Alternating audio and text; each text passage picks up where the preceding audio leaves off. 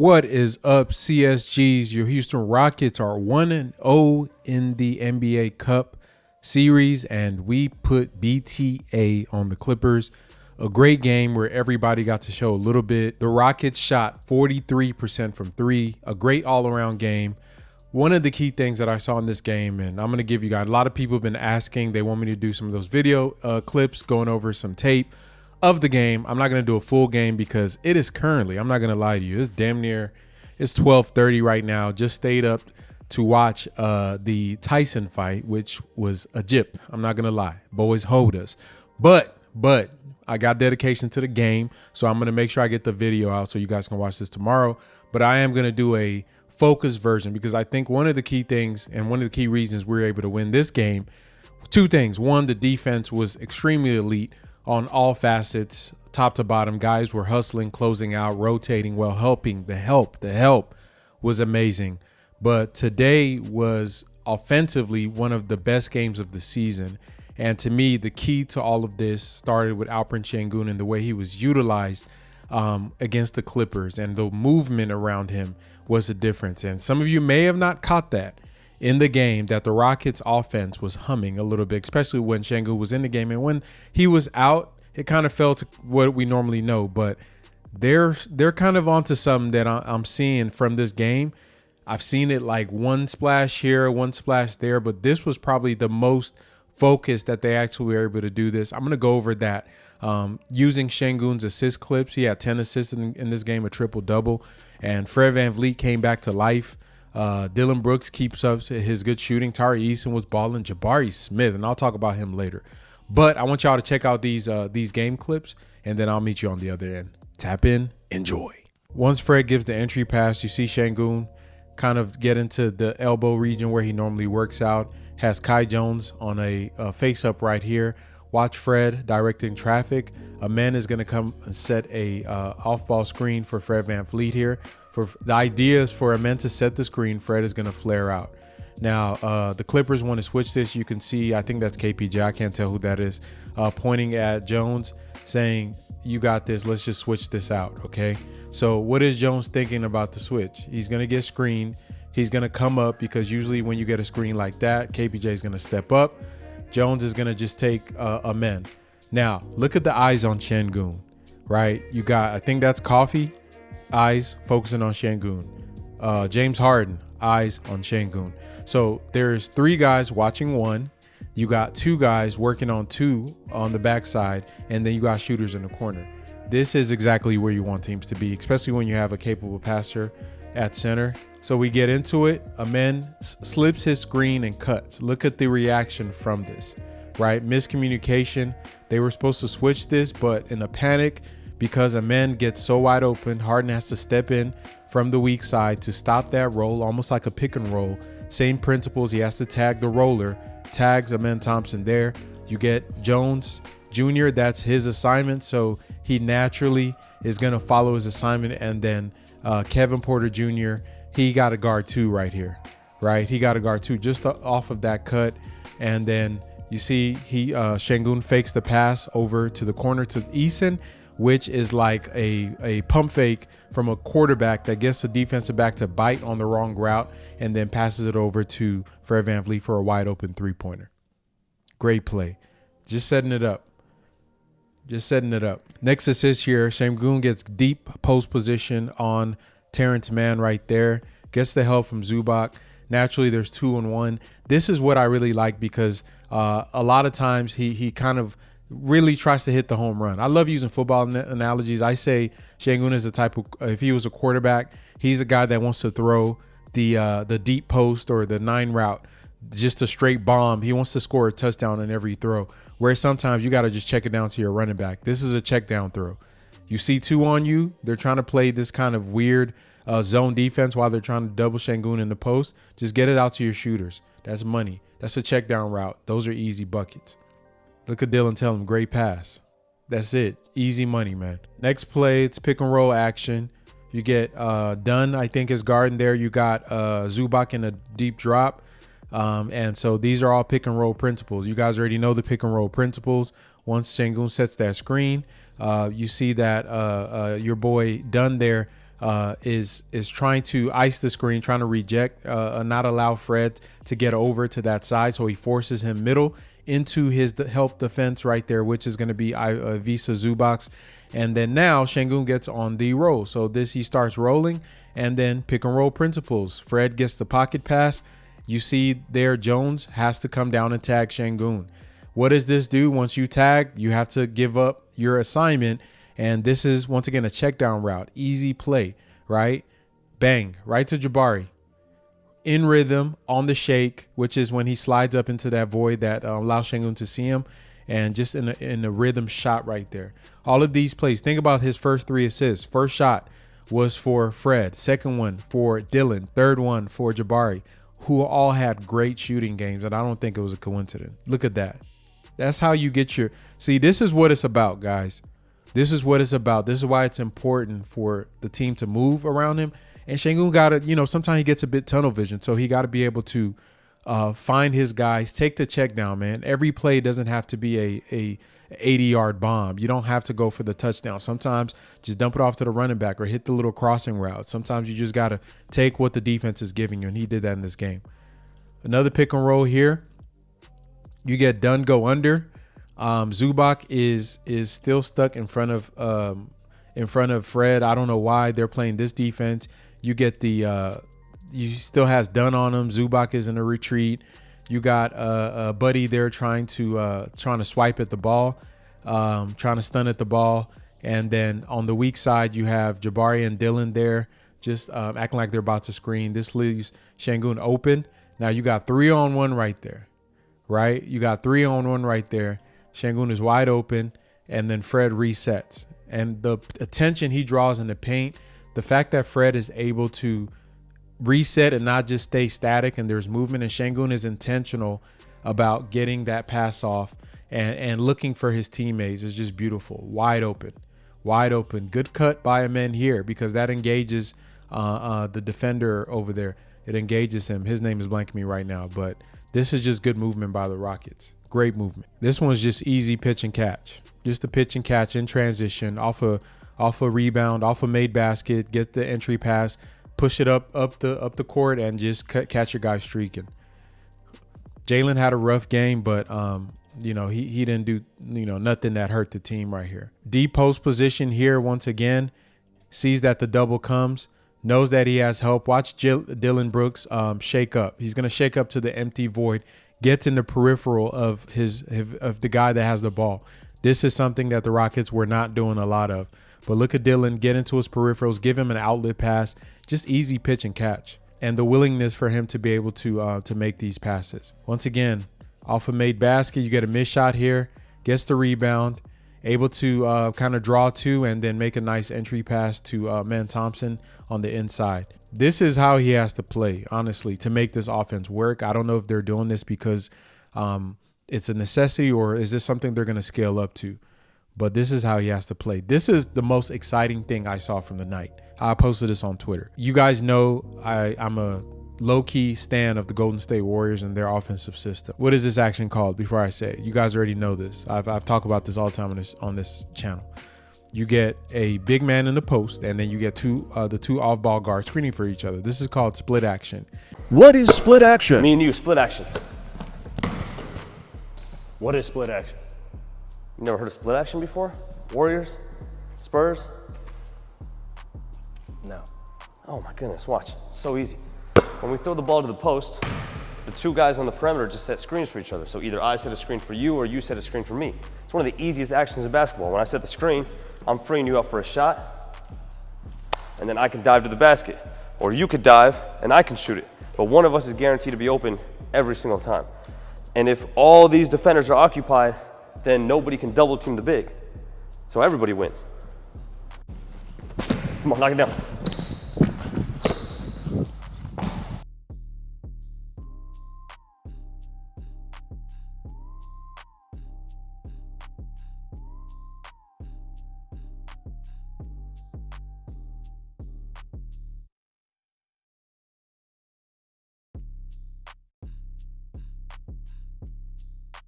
And out of split action, you could do pretty much anything you want You could set a flare screen for one player that flares out, and then whoever the post player is can pass it to the player that got a screen set for him. You can have the screener pop out after the screen is set, after they set a screen, while the player that he's setting a screen for actually rolls to the basket or cuts. You could have the screener do a split cut, which you're going to see Fred do here. And then it's going to, kind of draw the defense. You could have the guy with the ball, like Sengun has, actually just slip out of that action because whoever's guarding him thinks that he has to make this pass, right? Like he did in the game where he got that dunk towards the end of the game and sealed the game for us. But just watch. Fred fakes the screen. He split cuts to the basket, draws two. Sengun reads that perfectly. This is like Warriors. Y'all have seen this before. How many times have we seen the Warriors just destroy us teams with this action? And the options from this. So this is just, I think they ran this about 2 or 3 times. And then you see Fred cut, screaming at the defense. I'm sure, having KPJ as the defender there is not the most ideal thing. But Coffee and KPJ go with the cut because they're scared. There's really no rim protection here. And then leads to a wide open 3. Beautiful. Working from the elbows. Beautiful. Beautiful. Off of Jabari missed, tips to Dylan Brooks. Great tip there. Good shot. Dylan was feeling it. Once again, this is another. He dribbles into this position, almost like we see Draymond get set up there at the elbow. You get Reed coming off like he's about to get a DHO, but then you have Tate back there. You have Reed scrambling. So once they start doing this, it becomes natural. It becomes natural because what happens when you work out at the elbow, it allows you to be able to run so many things because now when you guys start feeling the chemistry's there and everybody knows where they're going to be, you got guys that know when to cut. They can feel the defense. You got the shooters. You can go into a DHO action right into a pick and roll. You can do a flare screen and get a shot like we saw with Dylan Brooks and Fred VanVleet. It is just exciting basketball to see at this point. That is really exciting. Gets a bucket. And I think that was his 10th assist there. Just great offensive game strategy by the Rockets. Really proud of the team for doing what they did.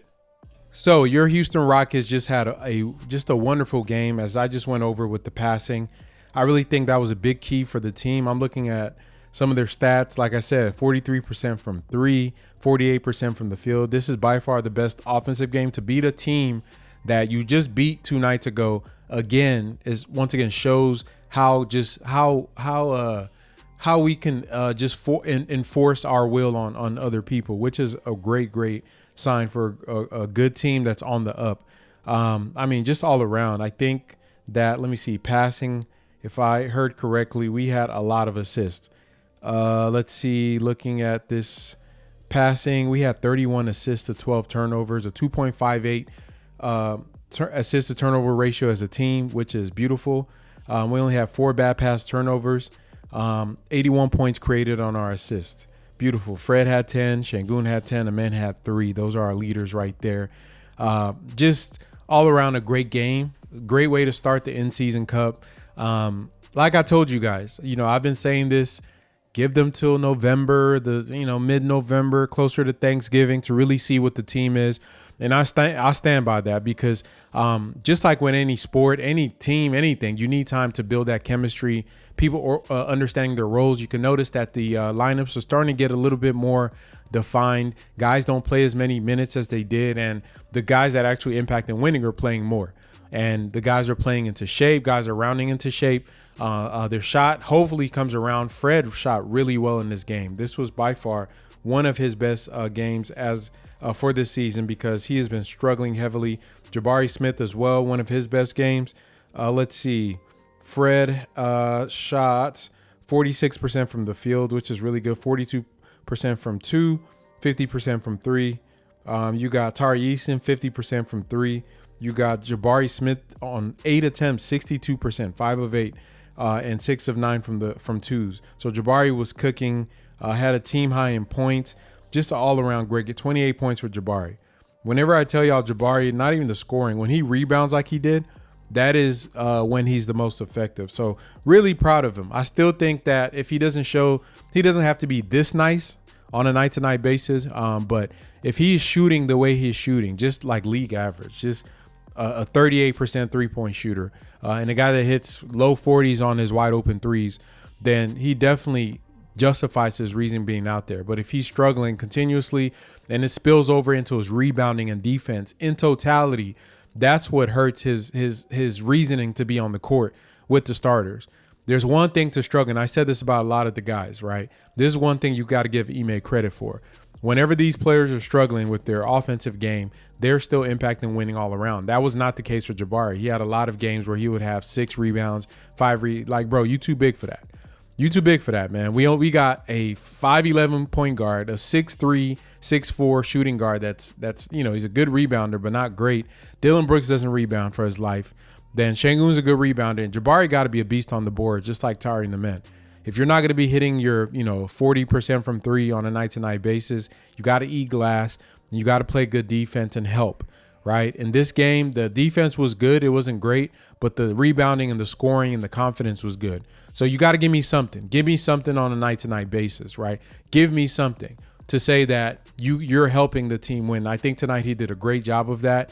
Now you want to see that confidence build over into consistency. Turn confidence into consistency, and then we might be cooking with something. But great game from him. For Fred, when Fred is not trolling and he actually is playing like he isn't a person that had his skills zapped away like a character on Space Jam, the team is actually pretty good, right? Those actions with Sengun become way more effective.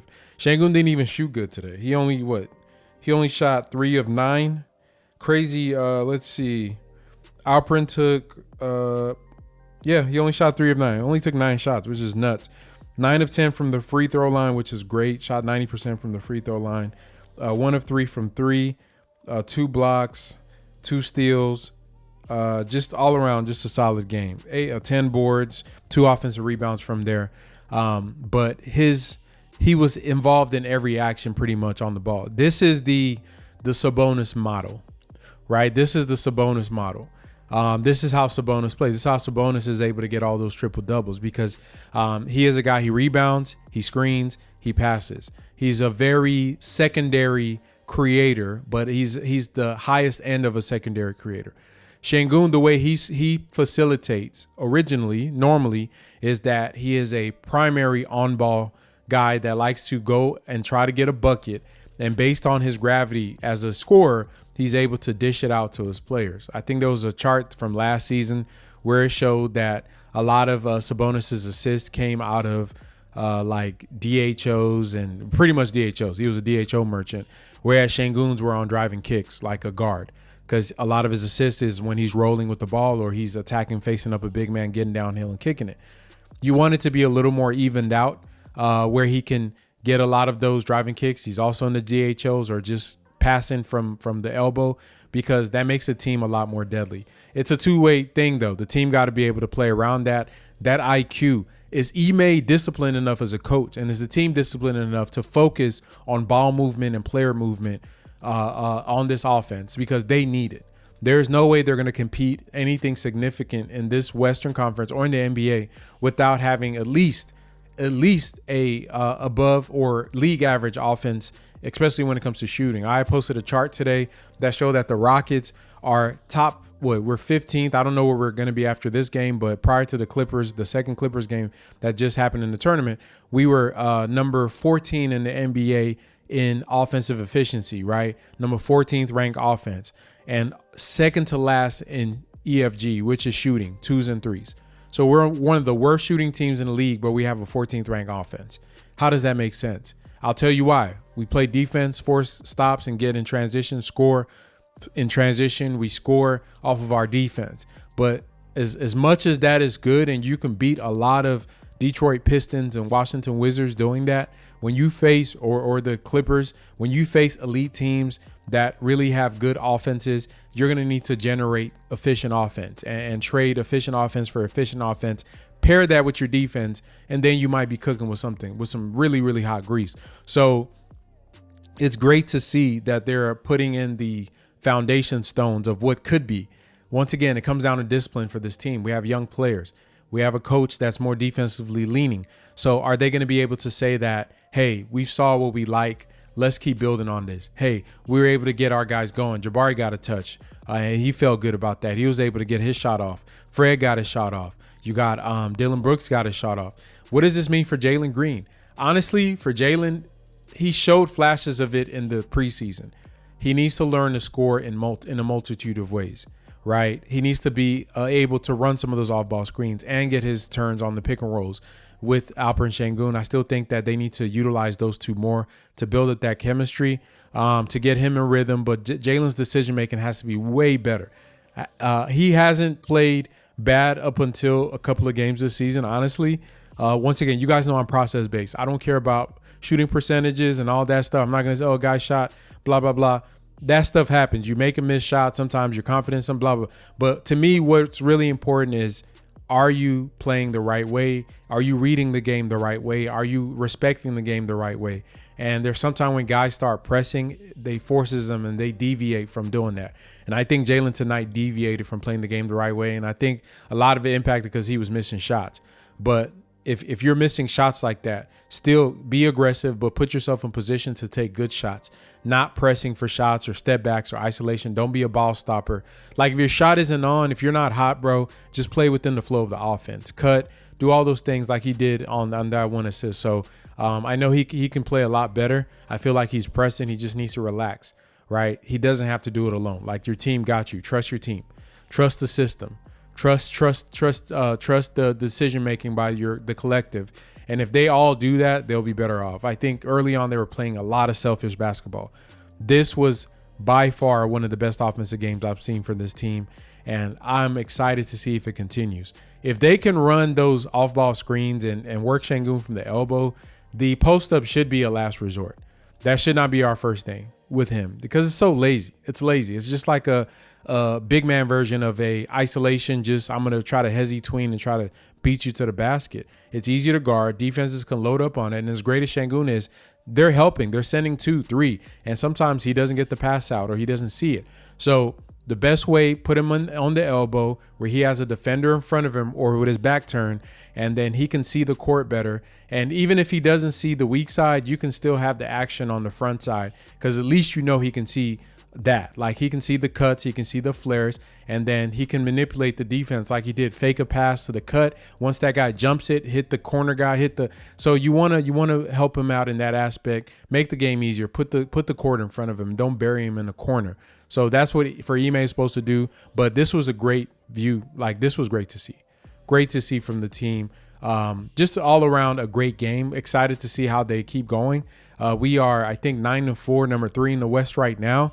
Once again, patience, guys. Give them till probably in about 4 more games, you'll know what team you have. You'll start seeing guys kind of fall into a groove. That's what I think. That's just what I believe.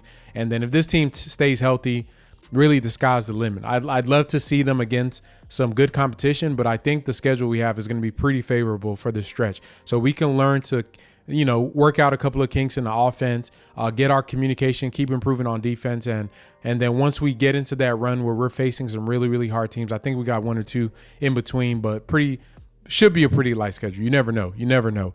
But you guys let me know, what was your favorite part of the win at Toyota Center against the Clippers? And I think my favorite part was James Harden not break the record on us. He was able to tie it. Good for him. Love James, blah, blah, blah. Not like what did Coach Udoka said about that? Not on our watch. Not in our house, not on our watch. You can go do that at the crib, bro. Take that back to LA. Y'all can celebrate there.